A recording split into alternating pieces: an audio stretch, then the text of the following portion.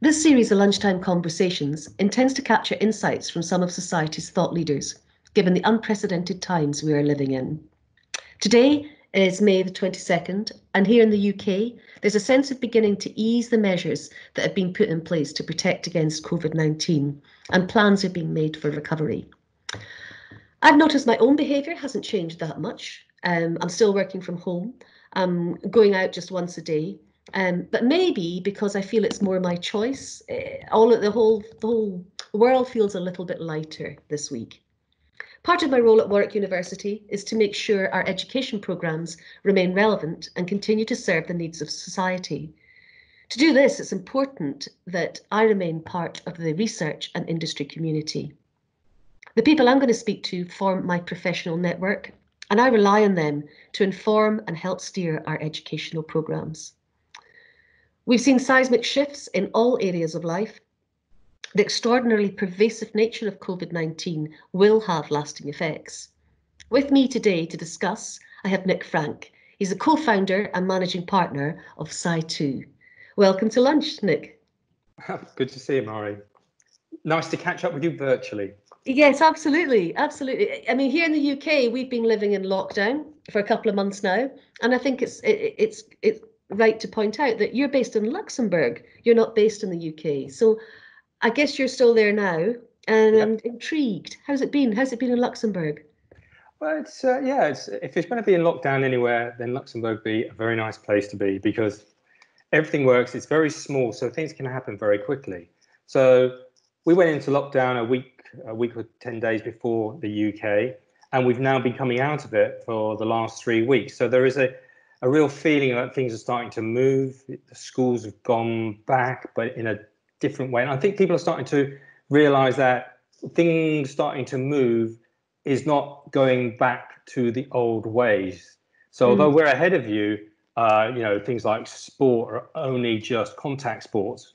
Probably won't happen for another 3 or 4 weeks. But business is starting to move. And because we're near Germany, you get a sense also in Germany that things are happening, businesses are working, and stuff is being made, produced and delivered. So during the crisis time of the pandemic, what areas do you think were impacted? What do you see as being impacted the most, and which ones do you think will have the longest lasting changes going forward? I think actually, well, obviously the biggest impact on people is their families. So for a lot of people being together with their family. And you've got, is it two? Yeah, I've got 2 kids, 18 and 10, and all of us being together.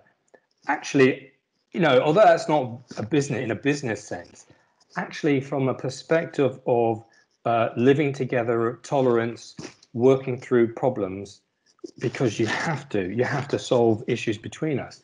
In many ways, I think this period of time will have had a big influence on our children because they've really been up against it. It's really not been easy. So they've gained a lot of skills, which I hope will bring a lot of resilience, but they've also had to overcome, the fact they can't touch hug their school friends. My daughter's really missing the social aspects. Yes. So I think it really has opened up the eyes of a lot of people to things that they take for granted in life, especially the social aspects. And I mean, I think for me, it's brought out, when I've existed in the past, I've often thought about, there's the business talk that you have, and then there's maybe you might know people in their personal lives and discussion about their family life and what that is. And I think this period has really drawn out how interconnected and how very real that connection is, the influence on one and the other. I feel for people, the inequalities of the experience have been heightened, I think, in some cases, where some people are really, truly quite disadvantaged and expected to continue to deliver professionally. And it's really quite hard work to be able to achieve that. But I think all that element of delivering professionally. So if you take it into your professional life, work from home. Now, as a consultant, I do work from home. I'm used to working from home. But this has been different because the kids are here and you have to educate them. So for me, my time has gone like this. It's really very, very compressed because you have to spend time with the kids.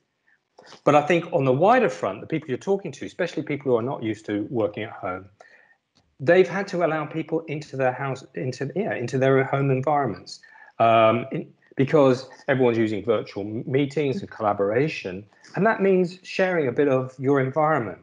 And you know, I mean, to be honest, I think we're well along the line that way anyway. But now, certainly, everyone, or more or less, say 90% of people in the UK, in Europe, are used to people coming into their own environment, whether it be work or FaceTime or things like this. Yes. Teams. And I think that's good. I mean, I had an interesting. My daughter was caught on a video. I was doing a discussion to about 35 people, just as like an interview with three of us. And my daughter, it was about these changes, and my daughter was behind me. She did a pair of bunny ears on me. I told her, don't come into my environment because I'm talking to all these people. But 10-year-olds being 10-year-olds, no, they were in doing bunny ears. Was it a big problem? No. It's not seen as unprofessional because people know that you're working at home. So I think that is one of the key aspects that's come out of this is people are much, much more relaxed about the environment that they're working in. And I think that will move forward, that people will start working from home more. And all right, you've got the cat or the kids or what, that's not an issue. It's about what you produce that's really important. And I think people are much more, it's opened up their eyes to that possibility. Yes. Yeah, no, I can see that. I think it's a curious blend between somehow becoming more personal with your relationships, and yet there's another element that you're more distanced. So there are definitely benefits. There's also some disadvantages, but I'm not sure what will last from this and how to take advantage from all of it. But I imagine that it's nice. Well, it's nice to have these opportunities exposed to us, maybe forced upon us, but then it does expose the opportunities. And from your perspective, I mean, you're a management consultant, and I'm guessing that relies a lot. We spoke with Kevin earlier in this series, and the importance of that face-to-face relationship and building trust and speaking to people. How has that affected your business? How has it affected it? And how do you think, if you need to recover, what recovery will you put in place? Well, obviously, there's a really big impact, especially a lot of the stuff that I do around facilitating teams and working with teams towards a specific goal, workshops, that kind of thing. It's very hands-on. You're really reliant on looking people in the eye, gauging what's happening in the room, and helping people. How do you do that if you can't get together? And I think going forward, that will be a problem. There's less money around because companies are really up against it, cash flow wise. So the things that you do have to really impact the bottom line. We're not talking about even strategic things. It's about survival now. So it impacts the way that you look at the proposition to develop. How long do you think, or do you foresee that will last? I know that's a hard question, but that kind of attitude to making sure everything you do counts and reining it in and contributing to the bottom line, that real essential way of working, how long do you think that will last? And do you think it will impact upon innovation, or will it create areas of innovation? How do you view that? Well, two aspects to the question. How long will it last? I think a huge amount of money is being spent by government, by companies. It's not going to be okay next 2 months' time, 3 months' time. Yes. Cash flow is really, people are really starting to suffer. And I think, it's sad to say, but it's not going to be a V. It's going to be a lot longer. So it's going to go on for a couple of 3, 4, 5, maybe.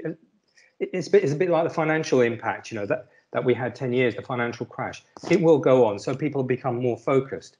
So definitely, you have to think long term. Now, how severe that is, is it as extreme as we won't be able to meet for the next year? I don't think so. But, you have to appreciate that the business world has changed. And that means that we have to change. Now, impact on innovation. Well, when you put people under difficult situations, give them problems to solve, they come up with ideas. And I think it will force people to come up with ideas. What I find interesting in my own mind is understanding who is going to succeed and who is going to really struggle. Yeah. And I think that my observation is that there are some companies that have come in to this whole process. In fact, and some individual leaders, they relishing it, because actually a lot of the thinking that they've had, especially around digitalization, I hate that term, but about using these new tools, using data, how to use data in the organization, the fact that data can flow, we can work on things virtually. They're excited because they see the possibilities. It's changed, it's opened up people's eyes to specific aspects, like what we're doing here, this collaboration. Yes. Changed people's world.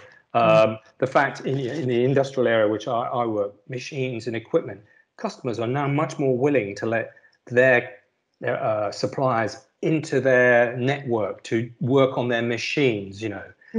People are this idea of remote diagnostics is much broader. So in many ways, there are a lot of opportunities because mindsets are changing. And there are companies who are really looking forward to that. And then there are other companies and people, more importantly, people who actually are scared by change. They're fearful. And those are the companies that are struggling at this moment in time. They may be saying, oh, yeah, the world's changed, but really they want to go back.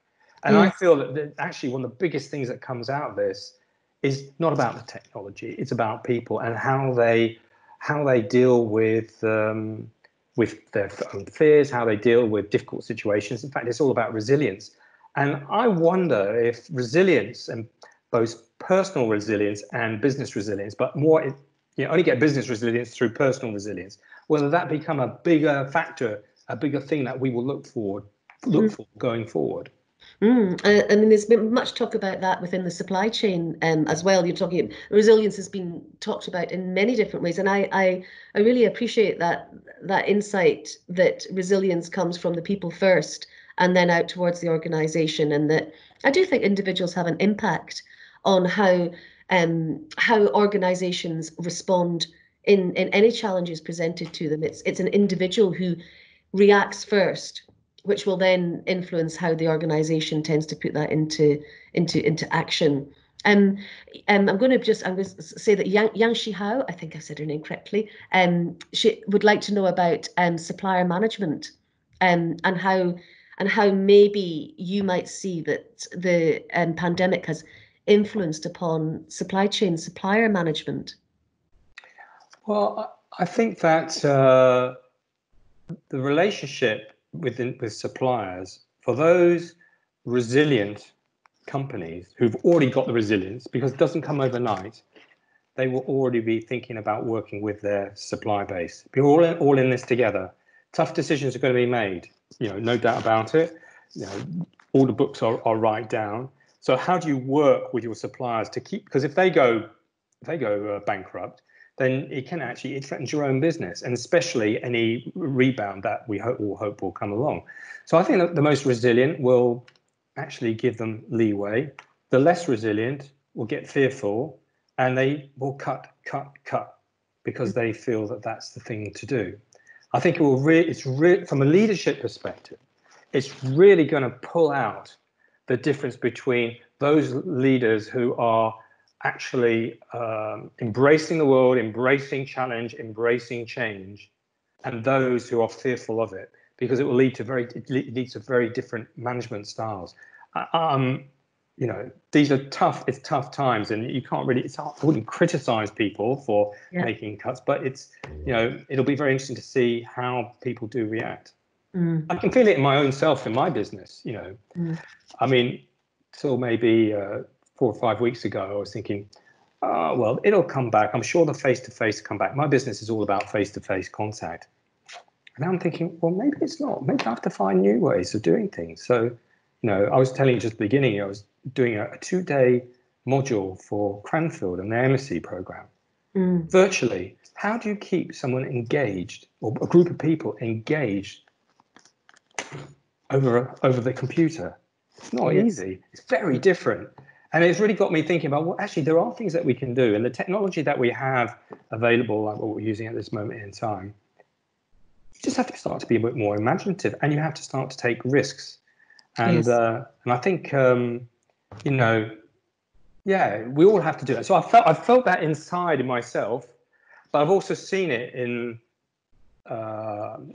my customers, and also, you know, talking to other business leaders. It's interesting how people's perception of risk and time have really changed.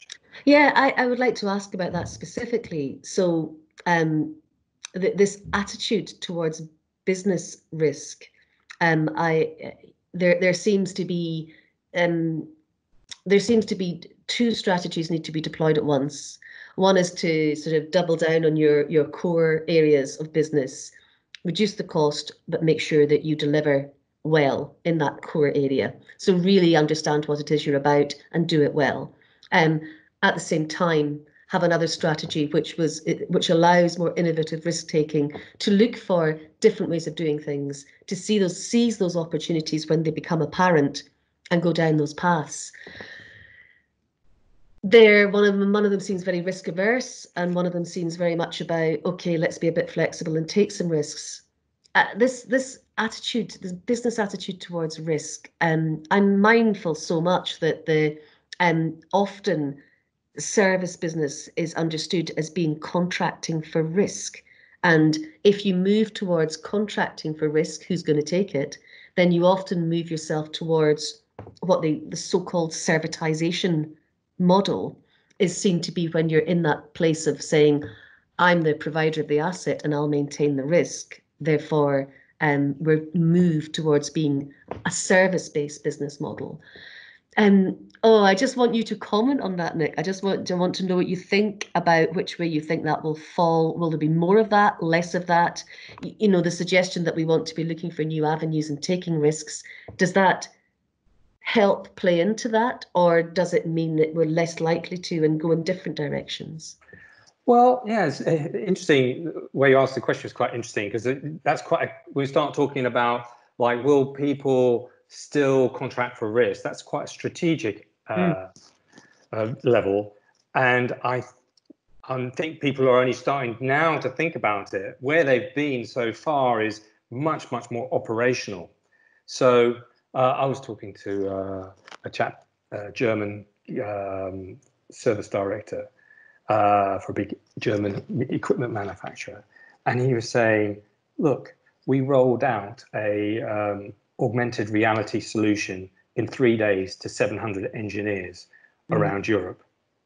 We did it because we desperately wanted to give the engineers some support, some different support that could help them solve problems remotely with their customers. Yes. We would never have dreamt of doing it in 3 days, but we did it. Yeah. Will it work? Will it not work? Who knows? But we did it. And he was a man. He was, and you know, he was one of these people I'd say was really looking forward to it. But this is fantastic, because even if it doesn't work, we have A, challenged the status quo, and B, we've shown how quick we can move. Now, it's extraordinary circumstances, people were willing to take risks, and those short-term operational risks. Now, then how that then pans out as we now move forward to and start to see a way forward and start to think a little bit more strategically is really, that's a $64 million question. Yeah. I mean, if you, I mean, I think service and services is a very, it's the continuum from product to service is very wide. I think in the middle, right, those companies that are providing services, reactive break-fix services, and some uptime type services, you know, preventive maintenance, even predictive maintenance, service will become, I think, a really key driver for those equipment manufacturers, product businesses, because they're not going to sell a lot of product. Talking to companies, for example, there's one company, they do a lot of like logistics systems for a wide range of industries. Their product sales over the last 2 months dropped by 80%. Yeah. Their service sales, interestingly, are only 5% off. A lot of their customers are in Germany. So those Japanese customers are still doing something, and they're still needing to service their equipment. So I think that for many businesses, service is going to be the main route to survival. So they are going to actually have to switch resources into service, become a lot more innovative. Back to one of your questions about innovation, to figure out how do we get new revenues, and that means working more closely with their customers, because at the end of the day, the revenue comes from their customers. Now, those companies that are much more contracting for risk, providing an outcome, now, they are in that terrible situation where they're sharing the risk, right? The bottom's fallen out of the market, things aren't getting used, they're going to be impacted. But that's where but one of the benefits of that is that relationship that they have with their customers is much more at a strategic level. It's a strategic relationship. It's not a transactional relationship. Those customers will be looking to work with companies who are that close to them. And I think you talked about the supply chain. That kind of relationship is very important going forward. So, saying will people be less inclined to go to servitized, outcome-based business models? Well, I don't think so, because you can look at it either way. The argument goes either way. If you go that way and the bottom falls out of the market, then as long as your equipment is being used, you will continue to have some revenue. Now, for Rolls-Royce, unfortunately, that's a pretty unique situation. That's a perfect storm. We hope that they move through that, because they're an important company for the UK. But for most businesses, the equipment is still being used. And is that a larger risk of that reduction versus not selling product? I think most people will still go for that continuous revenue stream, even if it's a little bit lower. It's still there. And so I would hope and think that most CEOs will still find it attractive when the customer is willing to pay for it and value it. Yeah. And for you, what are you looking forward to most, Nick? And what gives you a bit of hope going forward? And where will you expend your energies to develop and grow your business and yourself? What are you looking forward to getting back involved with? Well, I'm looking forward to business and being able to talk to customers face to face. That said, I think the part of the business that my own personal skills I'll be really working on is, how do you work remotely? How do you have engaging conversations without being face to face? To have engaging conversations, run workshops that are really engaging, is a skill in itself. You don't just turn up. You have to find ways of the audience to really participate. It's like working upside down. And that's what I've been focusing on for the last 2 or 3 years, those skills around how do you make that happen. Now, to do that virtually goes to another level, but it's still possible. And that's what I'm really interested in. And I'm really lucky that I've got a couple of opportunities to explore that, because, if you can achieve it in that environment, you can achieve it anywhere. If you can get people's engagement through a screen and through a conversation, then it's easier to do in a workshop. So that's I'm personally working forward towards, and I think it's. I think I'm a bit, obviously. One side, you're a little bit anxious. You think, well, where on earth are my revenues really going to come from?